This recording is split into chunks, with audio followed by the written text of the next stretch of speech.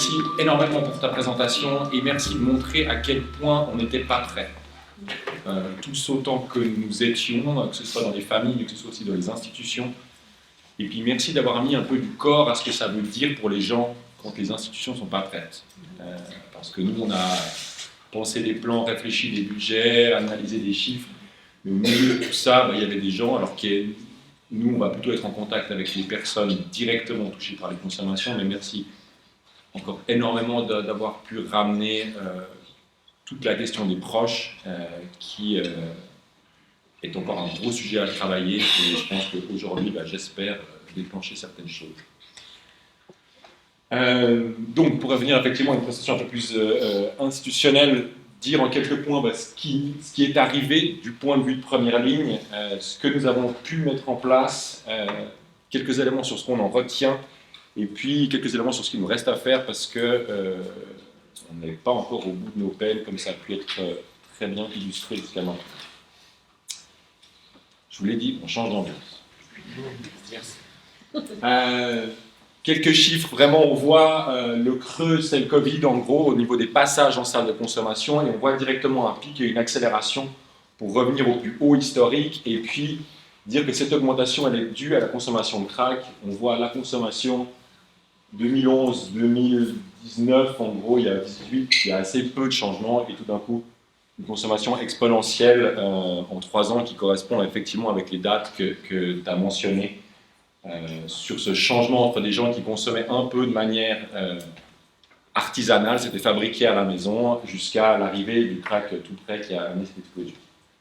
Et dire aussi un changement du pourcentage de gens qui en consommaient, on était entre 10 et 20%, et tout d'un coup en 2022 c'est 62% des consommateurs qui viennent à Kenov qui en consomment, donc c'est l'énorme majorité.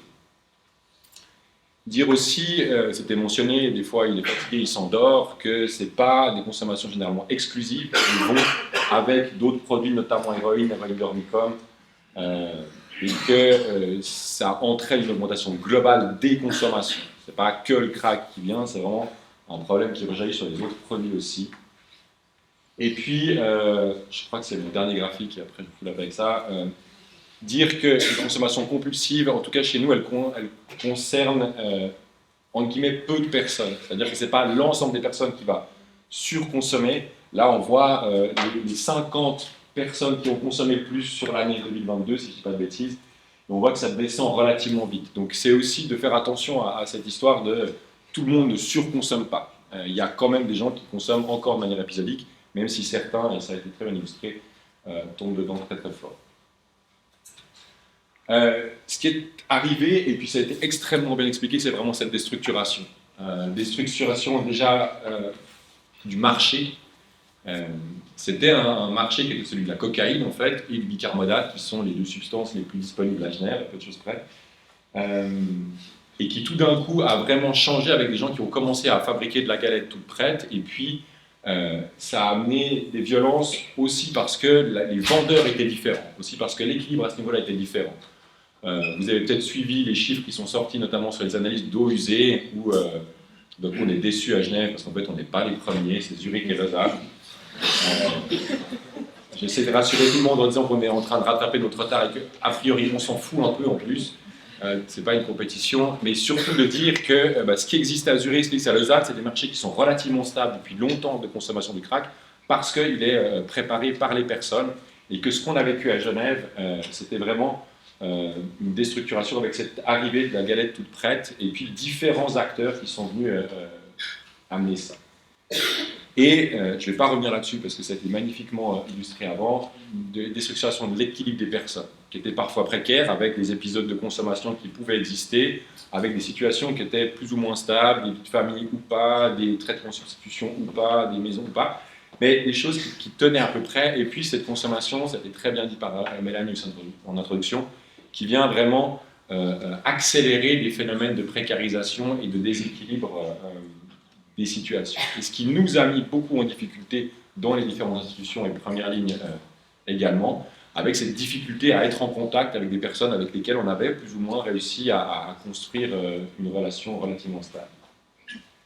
Et puis une déstructuration du collectif aussi dans les usagers. et ça on en parle des fois assez peu, c'est les premières victimes, peut-être les deuxièmes après les familles, des violences liées à ce produit-là et puis à cette consommation-là. La police, elle intervient majoritairement pour arrêter les phénomènes de violence qui concernent des usagers, des usagères entre elles et eux. Et puis un collectif qui était quand même habitué à gérer ces phénomènes de violence, puis à intervenir, à séparer, à calmer l'histoire, et qui là, on a des gens qui disent « moi j'y vais plus ». Les mecs, ils peuvent se foutre dessus au couteau, à la barre de fer, à la béquille, à la trottinette. Moi, je ne vais pas aller prendre un coup pour 10 balles. Et donc on voit des scènes absolument incroyables de gens qui se tapent dessus à un grand renfort d'objets divers et variés, et de personnes à côté, à 3,50 m, en train de finir leur café, sans bouger. Parce que ce collectif, il a perdu ses règles aussi avec cette arrivée de cette crise-là. Et puis une destructuration des réponses institutionnelles, je le redis, on n'était pas là. On n'était pas prêts, on ne savait pas comment faire, on ne savait pas comment faire avec ces gens avec qui on a perdu le lien. Le crack, voilà, on a pu, je pense, répondre à des personnes où ça n'existe pas, on a commencé par se le dire à soi-même. On a entendu des collègues ailleurs qui disaient c'est toujours là, c'est normal, c'est voilà. Et puis on a eu beaucoup de peine à récupérer ça. Quelques mots sur ce qui a été mis en place, j'essaie de faire vite parce qu'on n'est pas spécialement en avance. 2021-2022, les premières observations, on ne sait pas ce que c'est, on ne comprend pas très bien, on voit quelque chose qui est en train de changer, la police découvre le crack en se disant tiens, qu'est-ce que c'est que ce truc, c'est bizarre. Et puis assez vite, en 2022, le premier partenaire qu'on a eu, nous, au niveau de première ligne, c'était la police. On était un peu les deux seuls à avoir cette scène autour, et puis à ne pas pouvoir jouer à zigzag-zoug en disant, Mélanie en parlait sur la critérialisation, à dire non, il est un peu trop comme ci, il est un peu trop comme ça. Ils étaient là, ils étaient en train de commencer à se taper un peu dessus et puis à être un peu crispés par rapport à ça. Donc on a très vite dû travailler de manière assez intensive avec la police pour trouver un équilibre de gestion de cette équipe-là. Mi-2022, première crise liée entre autres à l'été, puisque c'est un phénomène qui se passe aussi beaucoup en rue et donc qui est saisonnier quand même. Un premier comité de pilotage où on voit des personnes et on se dit mais les premières actions qu'il faut qu'on ait, elles sont liées à la sauvegarde des personnes, c'est-à-dire comment elles dorment, comment elles s'hydratent, comment elles mangent et comment on reste en contact avec eux. Et un plan qui est élaboré en urgence, qu'on appelait plan d'action d'urgence hivernale. Je parle sous le contrôle de Samia Brunner qui a beaucoup œuvré à toutes ces questions-là aussi au niveau de l'Office cantonal de la santé. On a poussé assez fort sur la question hivernale en disant l'idée c'est aussi de pouvoir mettre à l'abri et qu'on sait que les gens sont plus attendris avec des SDF en hiver qu'en été, même si concrètement ça ne change pas énormément. On a pu à ce niveau-là développer un premier plan et puis avoir, j'y reviendrai après, la mise en place de ce cycle. Toutes ces choses-là qui ont été mises en place, elles n'ont pas suffi et puis, comme ça a été mentionné, avril 2023, des phénomènes de violence importants au sein du Quai Neuf, majoritairement entre usagers et usagères, mais aussi certaines fois en prenant à partie l'équipe. Et on a dû prendre cette décision de fermer d'abord complètement la structure une semaine pour redescendre un peu en tension et réfléchir, et de prendre la décision, effectivement, la réouverture, de dire on n'a pas les moyens actuellement d'accueillir cette consommation dans nos murs. Alors comme je disais, ça n'excluait pas forcément les consommateurs, puisqu'ils sont polyconsommateurs et qui venaient pour consommer d'autres produits, mais de dire on n'a pas les locaux, on n'a pas l'équipe pour accueillir cette consommation-là. Et du coup, de travailler avec l'État et les différents partenaires pour établir un deuxième plan et puis essayer de le mettre en place. Je vous donne quelques éléments plan 1, plan 2. Comme je disais, le plan 1, c'était le gros truc, c'est un sleep-in. On n'était pas du tout dans, je dirais, le marché du logement à première ligne, on avait un local de consommation principalement.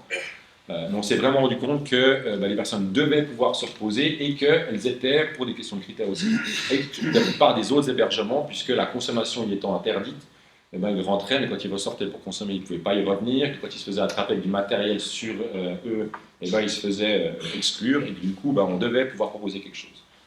Donc on a acheté 12 lits de camp, on a demandé à l'État de nous soutenir, qui a dit oui. Et puis après, on a acheté nos 12 lits de camp, et puis on a monté un sleep-in au sein du Quai Neuf. On a reçu, pour la petite histoire, le hockey le 21 décembre, et on a ouvert le 1er février. Donc une période de Noël assez dense.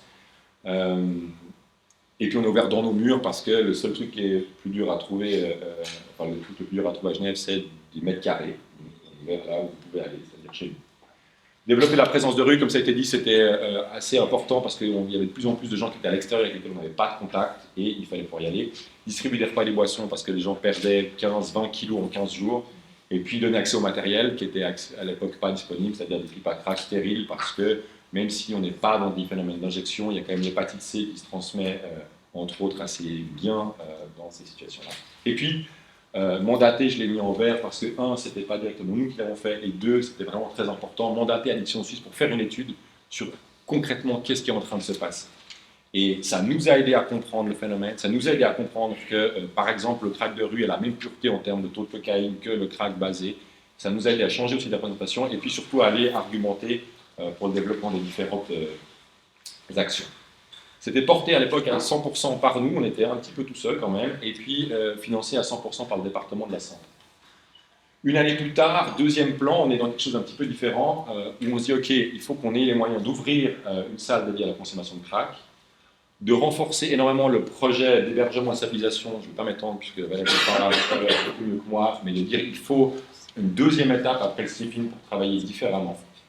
Un projet, ça a été mentionné, le Housing First, on est au prémices de cette question-là, mais de dire effectivement comment on peut réfléchir quelque chose de plus pérenne, stable avec les consommateurs et consommatrices.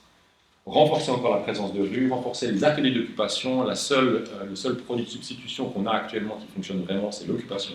On a des choses à faire. Et puis nous, il a fallu qu'on se renforce parce que plan 1, plan 2, en gros, on a doublé de taille en 2 ans. Donc voilà, 2-3 petits coups de main à la limite quand même. Et puis, dans ce plan, il y a aussi un renfort de la présence policière. Vous vous souvenez, c'est un plan qui a été devisé à environ 6 millions par année. La moitié était en gros pour nous, et puis l'autre moitié pour la police. Et puis, développement d'un projet accueil des enfants par les types. Ce qui a beaucoup changé, et puis peut-être juste dire encore, ça c'est le plan tel qu'il a été payé, mais il y a d'autres acteurs qui sont venus. Tiffen et son équipe sont arrivés à peu près à ce moment-là, c'est-à-dire deuxième semestre 2023. Argo, ça a aussi beaucoup bougé. Enfin voilà, il y a beaucoup de choses qui ne sont pas forcément dans le plan, mais qui sur le même semestre quelque part, c'est-à-dire deuxième partie de l'année passée, ont vraiment augmenté. Ce qui a beaucoup changé, c'était que là, pour le coup, c'était des multiples acteurs. Il y avait la police, il y avait, comme je disais, le CAPAV, il y avait Argos dans la réflexion aussi, il y avait le passage d'Armée du Salut. Et puis, c'est porté par 4 départements. Ce qu'on en retient, j'essaie d'aller assez vite. 1, on n'était pas prêt. Vraiment, on n'était pas prêt. Et du coup, on a perdu, à mon avis, à minima 1 année, juste le temps de se rendre compte de ce qui est en train de nous arriver, de se dire, il y a peut-être un truc qui ne joue pas, de contacter l'État et puis de commencer à se mettre autour de la table. 1 année, comme vous avez pu l'entendre, c'est long pour les personnes concernées. Pour nous, ça passe relativement vite, mais pour les personnes concernées, c'est long. Ce que j'en retiens par contre, c'est qu'une fois qu'on s'est réveillé, on était réveillé. Les collègues sur le terrain ont vraiment bien bougé et puis on a eu un soutien qui était vraiment assez phénoménal des pouvoirs publics, à la fois sur le niveau des conseillers scientifiques, adjoints de direction, enfin toute l'équipe de terrain, entre autres Samia, mais aussi des politiques pour pouvoir débloquer relativement vite des fonds et puis essayer de mettre des choses en place sur le terrain. Là, on est toujours très très fiers de notre politique des 4 piliers. Ce qu'on a pu voir, c'est qu'il y avait quand même pas mal de place entre les piliers. Eh oh, la police, les soins et tout. Et ils faisaient la même chose de l'autre côté, ils ne s'entendaient pas très bien.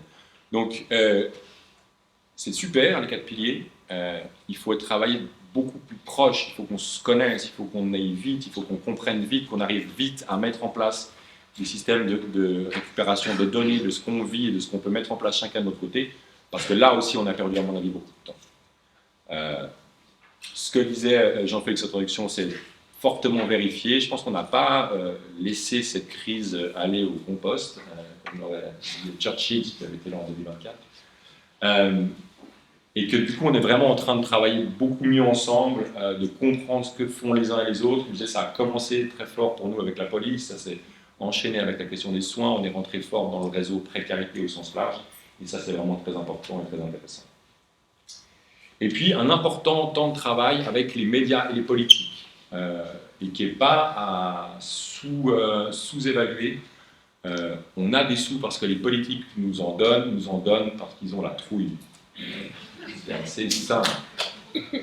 Et ils ont la trouille de quoi? Ils ont la trouille qu'on leur dise qu'ils ne sont pas légitimes et qu'ils ne font pas leur travail. Et qui leur dit ça? C'est les médias. Donc, il faut Moi, je pense qu'il y a eu par moment l'été passé, un 30 à 40% de temps de travail avec des médias.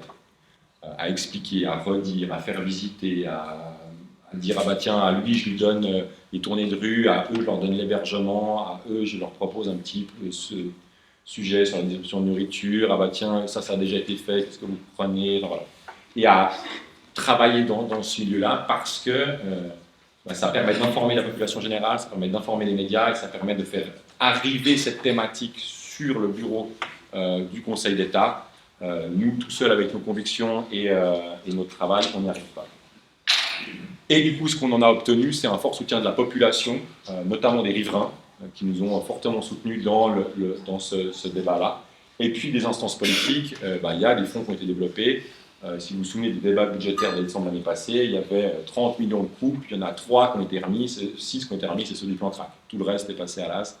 Donc, et ça, c'était vraiment un travail qui a été important à faire et qu'il ne faut, à mon avis, vraiment pas oublier.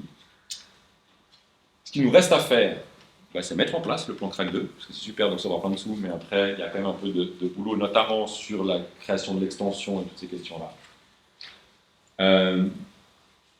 Il nous reste un gros travail sur la question de l'espace public et quel est son usage et comment l'usage en est partagé entre les différents publics, parce que les plus précaires ou de très grande précarité, ils sont en rue. Qu'est-ce qu'on fait? Est-ce qu'on essaie de les mettre absolument dans des intérieurs ou est-ce qu'on aménage des extérieurs? Comment on aménage le partage de ces endroits-là? Comment on travaille avec les riverains, avec les associations pour faire en sorte que les gens se supportent et puis puissent partager? Est-ce que c'est à nous de mettre et à l'État de payer des pots de fleurs et des fontaines ou pas? Est-ce que la police intervient partout ou pas? Comment on le fait? Je pense qu'on a encore un gros boulot, sachant qu'il peut y avoir une tendance à dire qu'on veut que ça disparaisse, qu'on aimerait ne pas voir, qui est généralement ce qu'on fait avec les précarités. Et qu'en l'occurrence, celle-là, elle est un peu plus résiliente peut-être que d'autres, et qui seront dehors, ils seront en plein air, et du coup, qu'est-ce qu'on fait, comment on l'accompagne? Il reste le plan 3 et 4. Je vous promets, ce ne sera pas moi.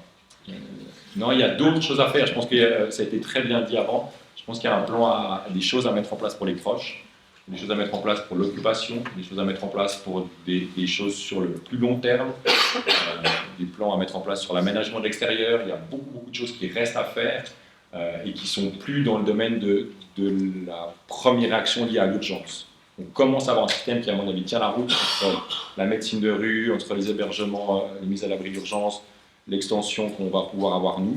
Une fois que ces personnes seront accueillies et relativement restabilisées, elles vont aller où? On va leur proposer quoi? Qu'est-ce qui sera mis à leur disposition?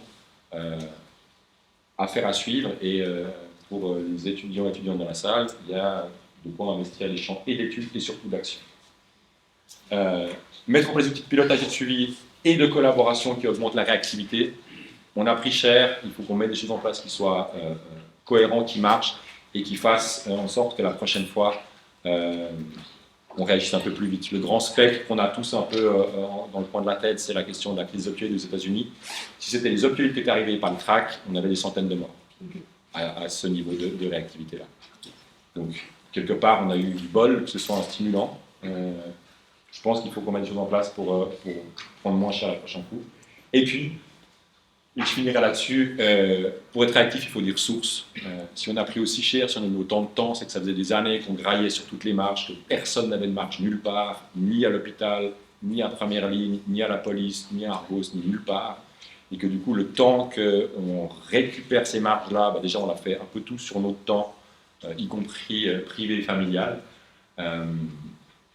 Et que si on ne défend pas à la fois des conditions de travail pour les personnes qui garantissent la stabilité des équipes, des budgets, des espaces, des locaux qui donnent la marge de réactivité, et bien la prochaine fois, on fera exactement la même chose, c'est-à-dire qu'on prend cher, on essaye, on regarde, on a des budgets, et puis 1, 2, 3 ans après, on a des réponses qui sont à peu près cohérentes.